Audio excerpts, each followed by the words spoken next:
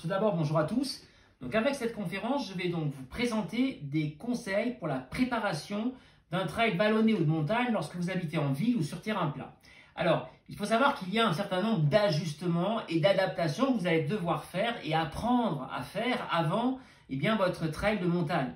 Et parmi ces ajustements, c'est le terrain qui est forcément irrégulier. C'est toute la différence par rapport à un marathon où vous pouvez avoir une foulée régulière tout au long de votre effort. Ça n'est pas le cas sur un trail où forcément il va y avoir des adaptations à faire en lien à notamment une qualité qu'on appelle la proprioception, mais je vais en parler tout à l'heure. Alors, comment on va faire pour ce travail sur un terrain régulier? On va chercher le plus possible des surfaces différentes. On va travailler par exemple, si on peut, sur des pavés, dans un parc ou dans un bois où il y a beaucoup de racines, et on va essayer justement de rechercher le plus possible ces zones avec des irrégularités. On va travailler sur la terre, on va travailler sur on va varier, terrain dur, terrain souple. Et puis lorsqu'il pleut, c'est l'occasion de se dire, allez, le terrain est glissant, je vais aller m'entraîner pour travailler ce côté des appuis instables que vous allez retrouver forcément en trail. Alors, autre qualité très importante à avoir et adaptation, c'est l'endurance de force pour être le plus efficace possible dans les montées. Alors, qu'est-ce que c'est que l'endurance de force? Lorsque vous avez un muscle qui travaille, il y a des fibres qui se contractent, mais pas toutes. Un certain nombre de fibres restent en stand-by et en repos. Il faut donc essayer d'apprendre au muscle à recruter le plus possible de fibres. Et pour cela, on va faire des séances très particulières qu'on appelle d'endurance de force. Pourquoi? Parce que ce recrutement progressif des fibres les unes après les autres, ça va permettre dans la durée d'avoir une bonne tenue de la puissance. Comme on est sur un travail dans la durée, on parle d'endurance et on parle de puissance, donc du coup l'expression endurance de force. On aurait pu aussi l'appeler l'endurance de puissance. Alors, comment ça se passe?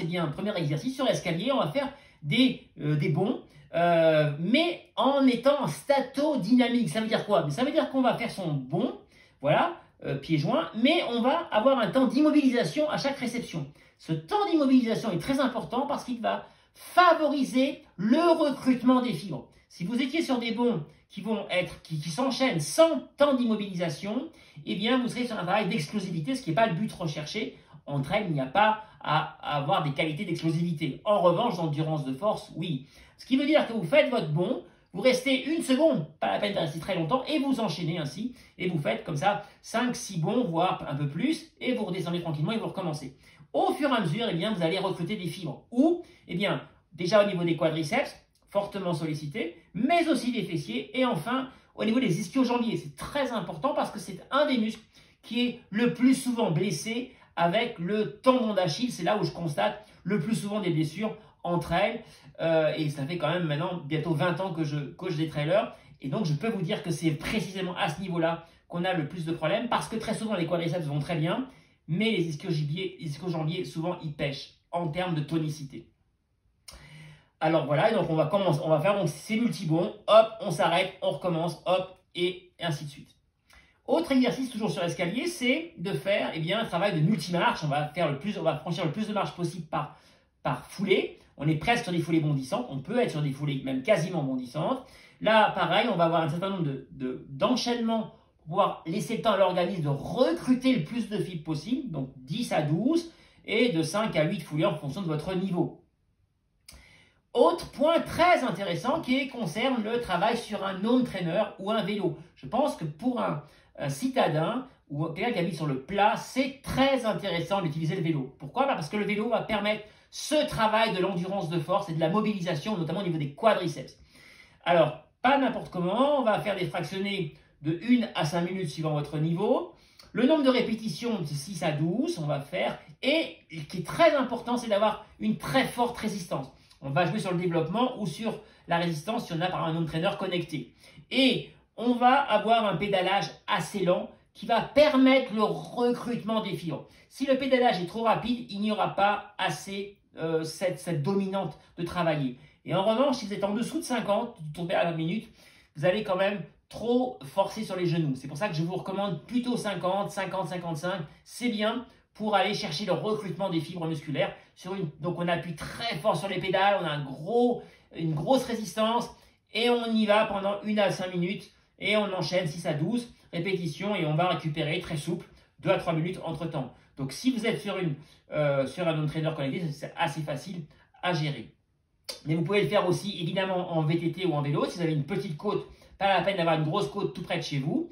Vous pouvez faire donc des enchaînements et avec une petite variante, je vais en parler, c'est entre assis sur la selle ou en danseuse.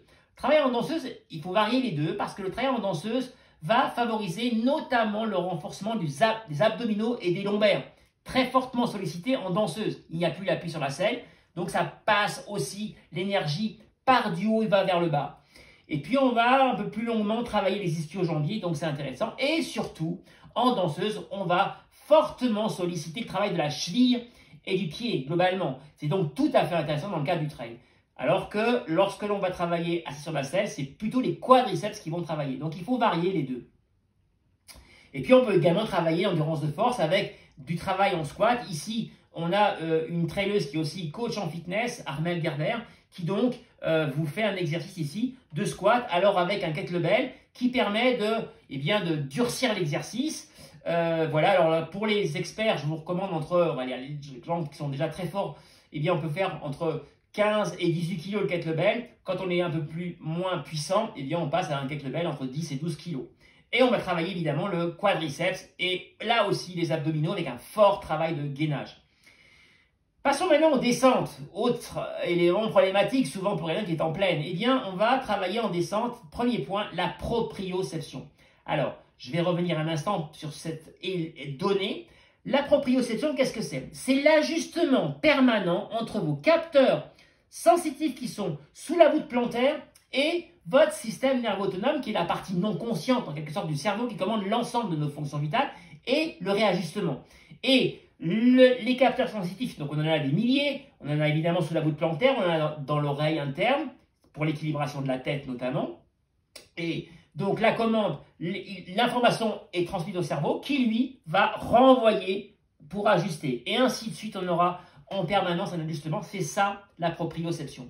Ça se travaille comment? Bien sûr, les appuis instables. Par exemple, le bossu est tout à fait intéressant. Vous êtes en position statique et vous allez ici renvoyer en permanence pour vous équilibrer les informations. Différentes postures suivant votre niveau. La fente aussi est intéressante. Elle va aussi travailler la proprioception. Donc voilà ici, encore une fois, une fente intéressante parce qu'elle est à la fois dans le sens longitudinal, mais en même temps, on est sur un travail latéral de fente. Regardez, c'est intéressant. Parce que là aussi, on travaille dans les descentes, il y a des ajustements qui vont être en permanence dans ces deux axes. Voilà, et on va travailler également quadriceps, fessiers et abdominaux. Et puis, un autre exemple de fente, là ici, on avait des escaliers, vous voyez, c'est aussi intéressant. Et il y a aussi un travail ici d'équilibration pour rester en équilibre et être correctement dans l'axe. Voilà, puis un dernier exercice concernant le renforcement des muscles du tronc et de l'exercice de stabilité. En effet, ici, il faut se mettre absolument sur le bout des talons pour qu'il y ait le plus d'instabilité possible, donc d'ajustement. Et en même temps, cet exercice va forcément travailler les muscles profonds des abdominaux pour rester en équilibre. Il y a un fort gainage et en même temps, un travail des ischio-jambiers. Il est tout à fait intéressant à mettre en place régulièrement. Et puis, bien sûr, on va travailler dans les escaliers les variations de déplacement. Par exemple, quand vous faites les bonds en statodynamique, vous pouvez redescendre, par exemple, en fente latérale, par exemple, en pas chassé. Voilà, exemple ici de variation de déplacement. Alors, l'efficacité dans les descentes, ça passe aussi par un renforcement des fibres et des tendons. En effet, vous êtes très souvent sollicité dans les descentes et vous allez déstructurer et casser ce qu'on appelle l'aponévrose. Alors, l'aponévrose, c'est quoi? Dans vos fibres musculaires, il y a, c'est ma fibre, imaginons le bras. La chemise, c'est la membrane, qu'on appelle l'aponévrose, et avec les chocs à répétition, elle a tendance à se fendre, se fendiller, s'abîmer, se dégénérer.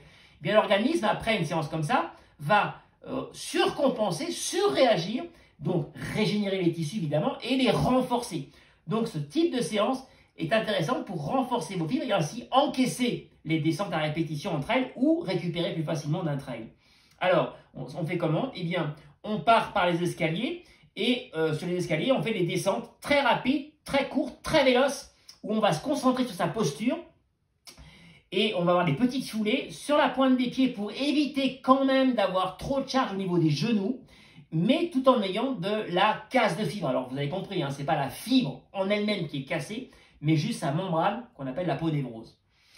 Voilà, et on peut également renforcer un autre moyen, cette fois-ci les mollets et les tendons, avec cette fois-ci en montée, des petites foulées.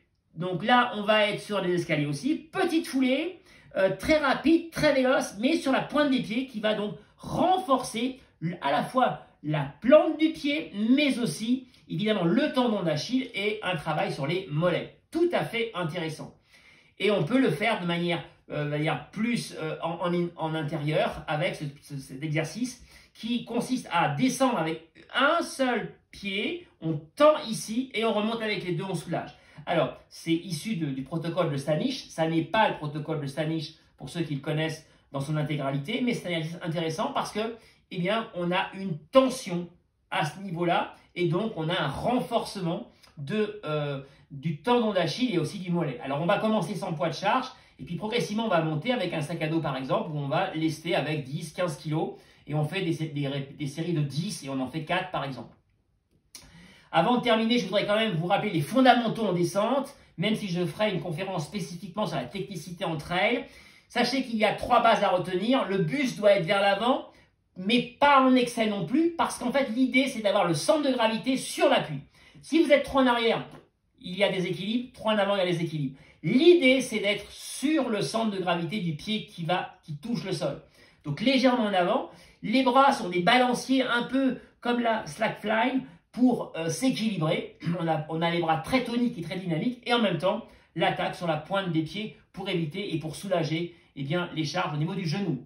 Voilà, j'espère vous avoir donné quelques éléments sur cette préparation trail en ville. Je rappelle que je suis coach et que je prépare, si vous le souhaitez, je vous donne des conseils individualisés dans le cadre de mon travail sur une préparation trail ou ultra trail. Merci à tous et à très bientôt.